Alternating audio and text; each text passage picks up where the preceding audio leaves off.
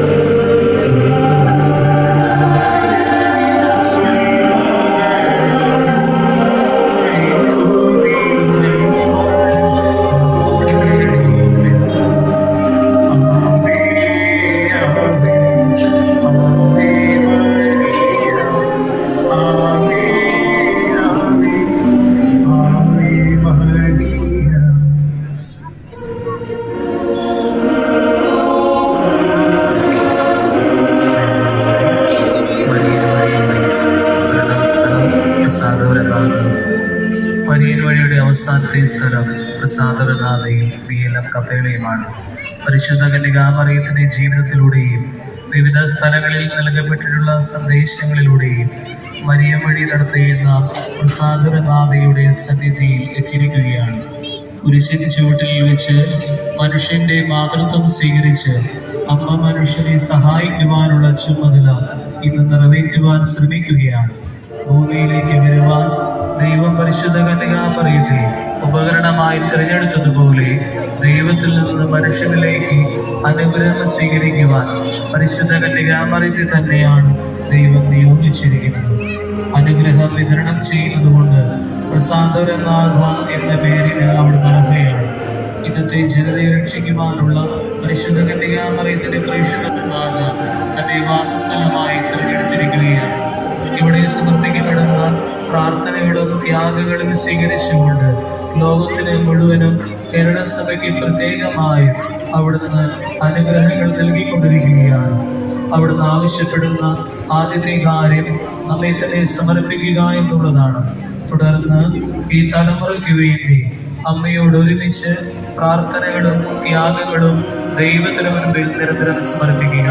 Marian വഴിയുടെ അവസാനത്തിൽ നമ്മെ തന്നെ പ്രസാദവനാഥയ്ക്ക് സമർപ്പിക്കാം.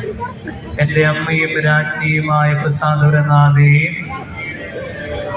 എൻ്റെ സ്നേഹത്തിൻ്റെ അടയാളമായി എന്നെയും എൻ്റെ കണ്ണ്, എൻ്റെ ചെവി, എൻ്റെ നാവ്, എൻ്റെ ഹൃദയം, എൻ്റെ വ്യക്തിത്വം മുഴുവനായും അങ്ങേക്ക് ഇന്ന് ഞാൻ സമർപ്പിക്കുന്നു. ഞാൻ അങ്ങയുടെ സ്വന്തമാകിയാൽ എൻ്റെ അമ്മയും അങ്ങയുടെ സ്വന്തം എന്ന പോലെ അങ്ങയുടെ കാപ്പായുടെ കീഴിൽ എന്നെ സംരക്ഷിക്കുകയും നയിക്കുകയും ചെയ്യണമേ. അങ്ങയുടെ ശക്തിയിലും കരുണയിലും എൻ്റെ അമ്മയെ ഞാൻ വിശ്വസിക്കുന്നു. അങ്ങ് എൻ്റെ സ്വന്തമാകിയാൽ എൻ്റെ ജീവിതത്തിലെ എല്ലാത്തിലും ഞാൻ പരിപൂർണമായി ശരണപ്പെടുന്നു.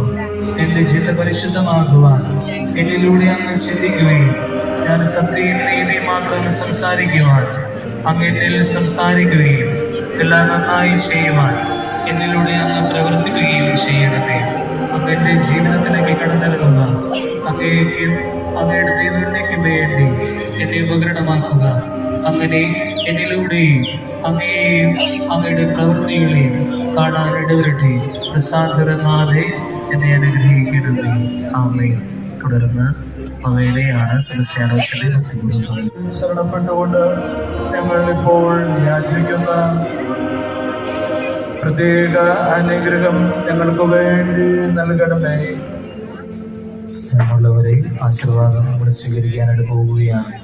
നമുക്കറിയാം, നമ്മുടെ ദേവാലയത്തിൻ്റെ രണ്ട് പ്രത്യേകതകളാണ്. ഒന്ന് മരിയൻ വഴി തിരുനാളിനോടനുബന്ധിച്ച് നമ്മൾ നടത്താറുള്ളതാണ്. അതിൻ്റെ സമാപനമാണ്. ദൈവം നൽകിയ അനുഗ്രഹങ്ങളെ നന്ദിയോടെ ഓർക്കാം. രണ്ട്, നമ്മുടെ തിരുശേഷിപ്പുകളാണ്. ആദിമ സഭയിലെ രക്തസാക്ഷികളുടെയും വിശുദ്ധ കുരിശിൻ്റെയും സകല വിശുദ്ധരുടെയും തിരുശേഷിപ്പുകളുള്ള ഏകദേവാലയം എന്ന് വേണമെങ്കിൽ നമ്മുടെ ദേവാലയത്തെ വിശേഷിപ്പിക്കാം. അതിനാൽ തന്നെ ഈ അനുഗ്രഹം വളരെ വലുതാണ്. ഈ സമയം ബഹുമാനപ്പെട്ട വിക്സനച്ചൻ വിശേഷിപ്പുകൊണ്ട് ആശീർവാദം നൽകും.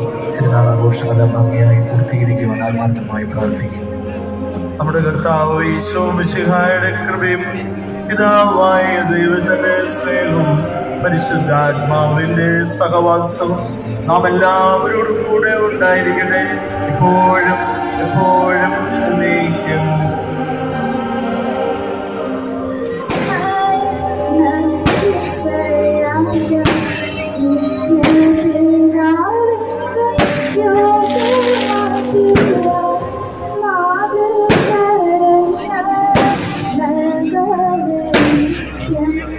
Ah